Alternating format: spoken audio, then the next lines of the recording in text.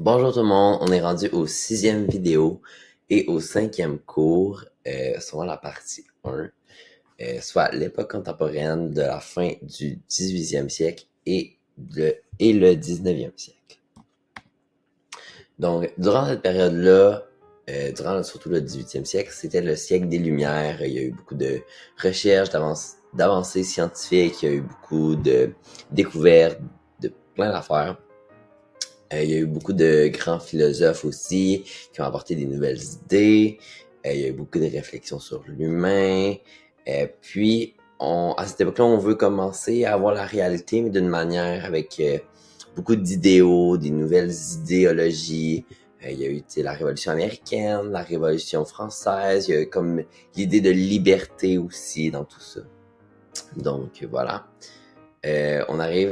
On commence dans le fond avec l'art néoclassique, qui est un retour aux conventions gréco-romaines et à ce qui a été fait durant la Renaissance, soit le premier tableau, Le Serment des Horaces, de Jacques-Louis David.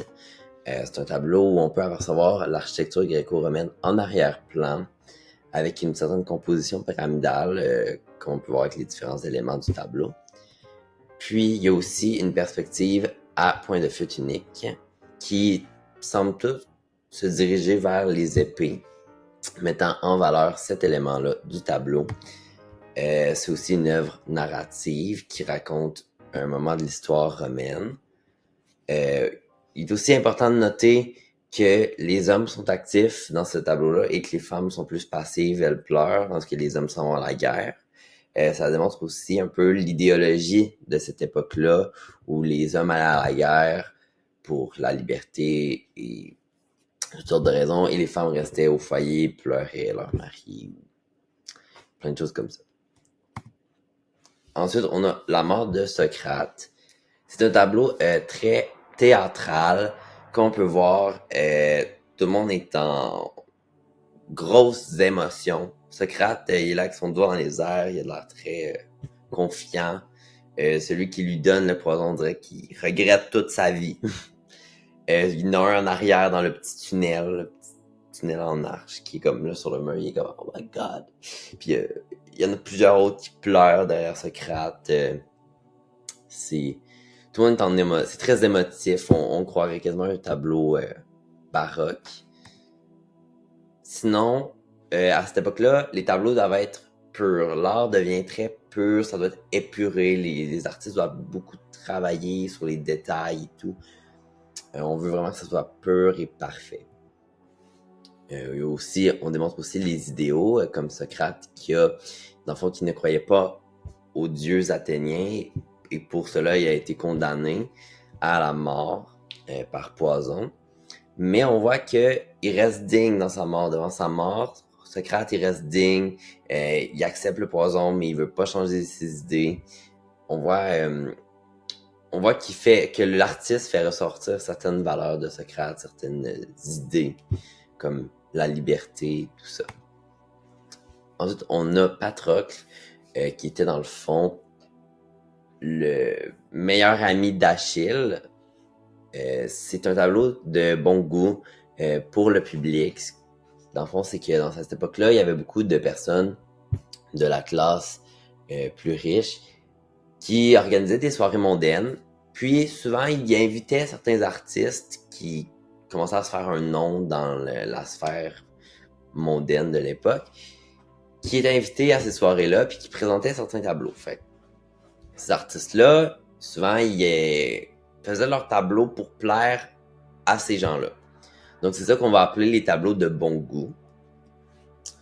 Comme on peut voir, c'est très académique. C'est un nu masculin qui présente la perfection du corps humain. Il y a un fond sombre qui rappelle aussi un peu l'art baroque, mais c'est pas non plus de l'art baroque. Puis, ce tableau-là est devenu une icône gay, une icône pour la communauté gay. Ensuite, on a La mort de Marat. Marat, c'est un homme politique français qui a beaucoup critiqué la monarchie. C'était un journaliste qui défendait ses opinions, qui se battait pour la liberté du peuple, pour la liberté d'expression. Puis, en fait, il est mort assassiné dans son bain à coups de couteau à cause justement de ces idées-là qu'il partageait à la société. Puis on voit ici dans ce tableau-là que Jacques-Louis David partage son propos. On voit qu'il voit Marat non seulement comme son ami, mais aussi comme quelqu'un d'assez grandiose qui avait un bon sens critique. Fait que c'est un peu l'hommage de David à son ami Marat, comme on peut le voir sur la genre de petite table à côté du bain, où c'est écrit Amara de David, qui ressemble aussi un peu à une tombe. Après ça, on a le premier consul franchissant les Alpes. C'est un tableau grandiose, hyper dynamique, tout est en mouvement, le cheval, même l'armée qui passe derrière, Napoléon sur son cheval qui est comme ça, avec son écharpe, son foulard qui est dans le vent, dans une posture parfaite. Il y a beaucoup d'obliques aussi dans ce tableau-là, dans les nuages, dans la posture du cheval, les montagnes, dans le bras de Napoléon. C'est magnifique. On voit vraiment que l'histoire est en train de se créer dans ce tableau-là. On voit que l'histoire est en train de se faire. Puis c'est aussi une invitation, un peu. C'est comme on veut suivre Napoléon, là, il s'en va. Dans ce tableau-là, on a l'impression qu'il sait où il s'en va. Puis que ça a l'air d'être prometteur. C'est un peu comme une invitation à suivre ça, à suivre ce Napoléon Bonaparte. Voilà. Ensuite, on a Jean-Auguste Dominique Ingres, la baigneuse de Valpinson. C'est un tableau très réaliste. La première fois que j'ai vu ce tableau-là, je croyais que c'était une peinture. Je croyais que c'était une photo, mais c'est vraiment une peinture. C'est vraiment pour montrer une certaine beauté qui commence à apparaître en Europe, une beauté féminine, plus, disons, qui provient un peu plus du Moyen-Orient à cette époque-là. Le long dos, les tissus aussi qui sont un peu plus indiens ou du Moyen-Orient. C'est un tableau de très bon goût. Comme je disais, elle a un turban sur la tête, dans les cheveux surtout.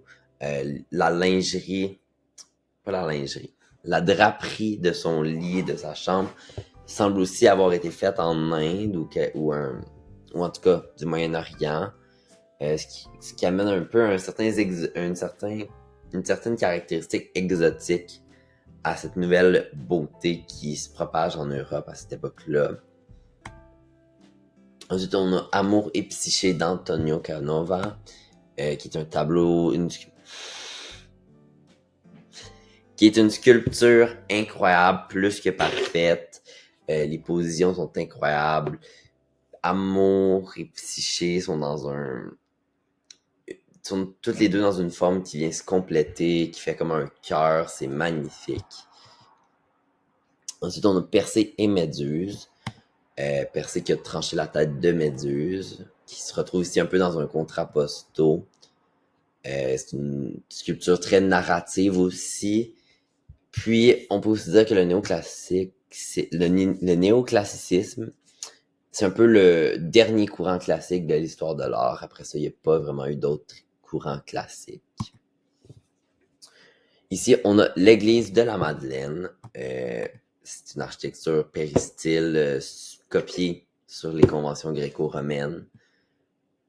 On voit le fronton, le stylobate, l'entablement, la frise, les colonnes à chapiteaux corinthiens, le tympan, les bas-reliefs, tous les mêmes éléments qu'on a vus avec les Grecs et les Romains. Ensuite, l'art académique. Là, c'est vraiment les soirées mondaines.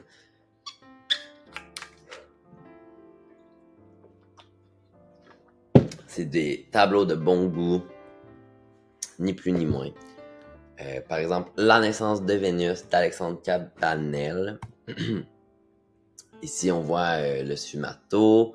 C'est un tableau diurne. On voit qu'il y a des poutis.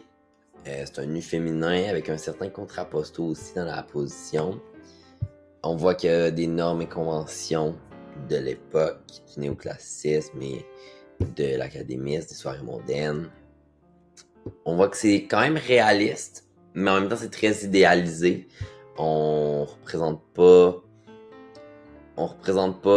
Vénus d'une manière comme les Grecs l'auraient représenté, étant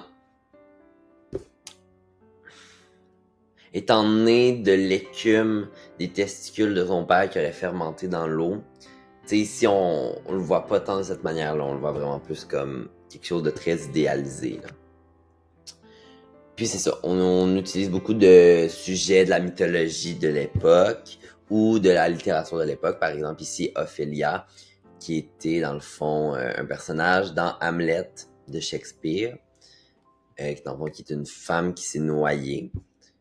On voit que c'est un tableau diurne, qu'il y a un sfumato, des plans. On voit encore les conventions, les normes, les standards de beauté, l'idéalisme. Ensuite, on a la naissance de Vénus de William Bouguereau. Ce tableau-là, on voit encore le sfumato, c'est un tableau diurne avec les poutis, qui a plusieurs plans. On remarque aussi Vénus est sur un coquillage, donc comme on se souvient avec la naissance de Vénus de Botticelli, qu'un coquillage sous un personnage représente la fécondité et la fertilité. Ici, on voit encore le sujet qui provient de la mythologie gréco-romaine.